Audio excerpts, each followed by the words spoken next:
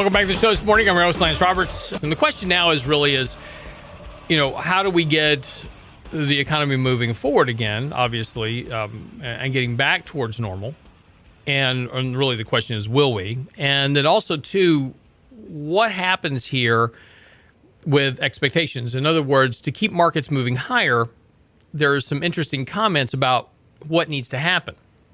So first of all, let's talk a little bit about the economy. So, in order to get the economy back to work and to get it back to kind of what we presume to be stronger economic levels, we're going to need to get people back to work, right? So that's where the vaccine comes in handy, allows that to happen. Now, take a look at UK, which is now in a second lockdown, and look at what's happening with the virus here, even domestically. There's a real risk here in the short term that the economy is not going to get stronger, but weaker over the course of the next couple of months.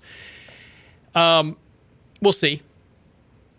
We've had some good employment numbers. We've had some good, claims numbers coming in. Those still continue to kind of come down here. Unemployment numbers are coming down. And a lot of that, though, you've got to be real careful with in terms of looking at like the employment data. Yeah, the headline numbers look great, but unfortunately, the way the unemployment number is calculated, it's a function of the number of people counted as part of the labor force. And so if you take a look at what we call labor force participation rates, that's at a new all-time low, pretty much. I mean, it's, we've seen a little bit of a pickup in that number here just recently, but it's still at a lower level than we were before we got into this, which was even a lower level than where we were post-2009. So the labor force continues to shrink. The people that we count as part of the labor force continues to shrink, which makes the unemployment number looks better. Right? How many people are employed versus the people that we count as part of the labor force? If we shrink that pool, that makes the unemployment number look better. Example, there's 5 people in the economy and they're all employed. So we have 100% employment. Then we have a recession and we lay off 3 of those people, right? So now you've only got, 40% employment. Right? 2 out of 5. So the economy recovers and one of those people we drop out of the labor force. We just don't count them anymore. Right? Economy goes back to recovery. We have 2 out of 4 people now employed. Right? So all of a sudden we've got 50%, of basically 50% of the population employed at this point. Right? Huge jump. Nobody else got employed. It's just one dropped out of the labor force. So the unemployment rate looks a whole lot better. That's what's happening within the economy. So if we take a look at prime age labor, 25 to 54, yes, it's recovered somewhat, but it's still deeply depressed from where it was previously. So the employment is improving, but it's only improving in terms of mathematics in many facets. And this will continue to put downward pressure on employment over the course of the next few months, few quarters, particularly as this virus continues to pick up. So you've got to be a little careful with the employment data when it comes out because, again, it's a lot of mathematics in it that have a lot of fallacy to them, right? But it's the best number we've got to work with, so we pay attention to it, right? So is what it is. The point, though, is if we want to get back to creating real economic growth, you're going to have to get a big chunk of the population back to work. They've got to produce first, as I said a moment ago, in order to consume. And the problem is that's going to take a while to get there. And one of the problems continues to be the fact that we have a very much a changing economy. Service-based economies, which is what we are now more than anything else, does not employ a lot of people. Service-based businesses are very easy to automate. They're also very easy to replicate. And so they don't require a lot of, and services don't require what we call a lot of a multiplier effect, right? I provide a service. I come to your house and I fix your sink, right? If I build a house, I employ hundreds of people. because I not only am I hiring the architects and the legal, the attorney people, but I've got to hire the contractors, the builders, the roofers, the plumbers, the electricians. They all require products and services. They've got to go out and buy from other people, which employs other people. Manufacturing stuff has a very big multiplier effect in the economy. And this is why back in the 60s and 70s, we used to have an 8-9% economic growth rate versus 2% today. The other problem, of course, is the debt. As we continue to mount more and more debt, that continues to erode economic growth because it diverts productive investment into debt service, which erodes economic growth over time. So this is why coming out of this recession, we will likely have an economic growth rate of somewhere between 1.5 and 1 3/4 versus 2% that we had previously. And that's just a function of kind of where we're headed economically. So this has implications into the real strength of the economy. And as we've talked about before, the economy, what you consume and what you do, is what drives the earnings of the companies that you're investing in the markets. So right now there's this big disconnect between the stock market and the economy, and something that we touched on yesterday in our post yesterday about investors ignoring signs of risk at their own peril. There's this big disconnect between the market and the economy, which cannot sustain itself long term. The hope is that the economy will catch up to the market. That's never happened historically, and it's likely to happen this time. What you need is a catalyst that triggers that reversion. We're not there yet. So that's a conversation for a different day. But the point is that there's a lot of expectation markets will just continue to go higher from here.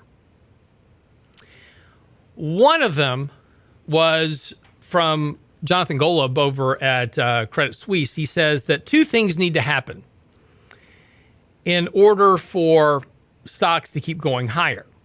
He says interest rates need to push up to about 1.25% and continue to move higher. The other thing is you want to see the volatility index, the VIX, move back below 20. Here's the problem with his statement. You have an economy that is surviving on debt, right? So ultra low mortgage rates have spurred people to go out and buy houses, right? We've heard a lot about the inventory shortage on housing right now because with record low mortgage rates, people are running out and buying houses. So here, let me help you through this. I'm going to ask you some questions. You just think logically about this. If interest rates go to, say, 1.5% of the 10-year Treasury and the 30-year mortgage rate moves up by 1.5 to 2%, what happens to all those people that were rushing out and buying a house because of low mortgage rates?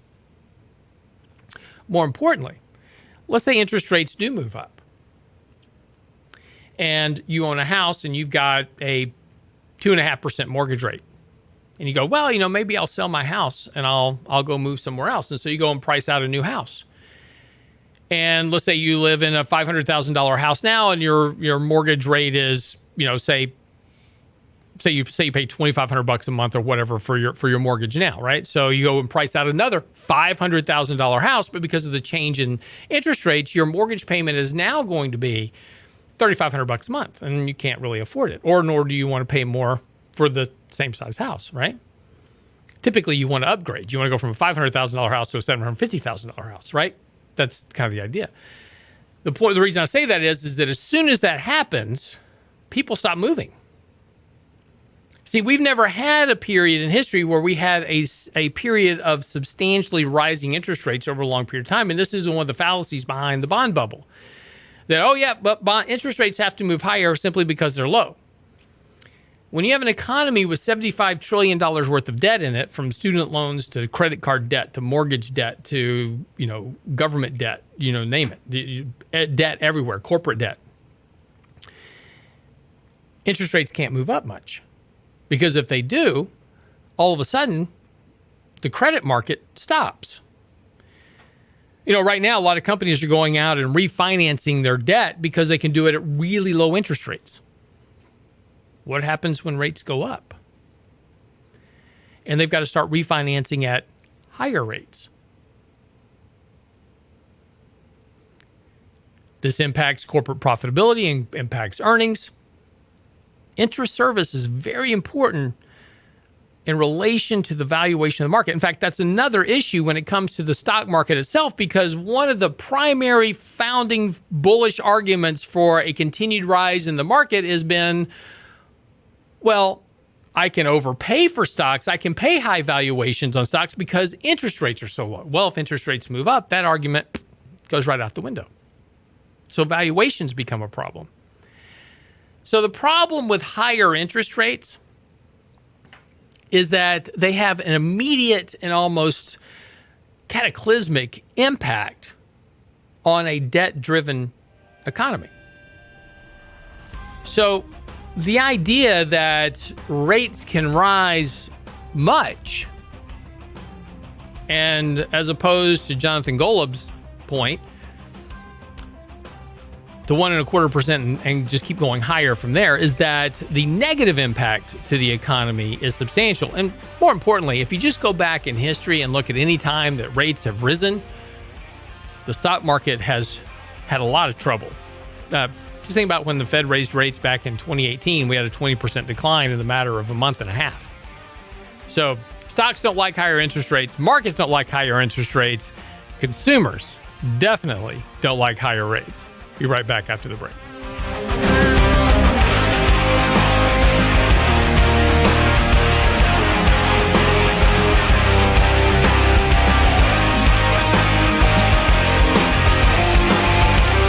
You're listening to The Real Investment Show. With the last ballot tallied, what will America's legacy be? What does the future hold for your retirement, your family, for you beyond the election? Richard Rosso and Danny Ratliff's next Candid Coffee will specifically address your questions about money, retirement, risk management, and how to protect your household against financial vulnerability, regardless of who's in charge. Send your questions and join this post-election go-to webinar at realinvestmentadvice.com. Candid Coffee with Ratliff and Rosso at realinvestmentadvice.com.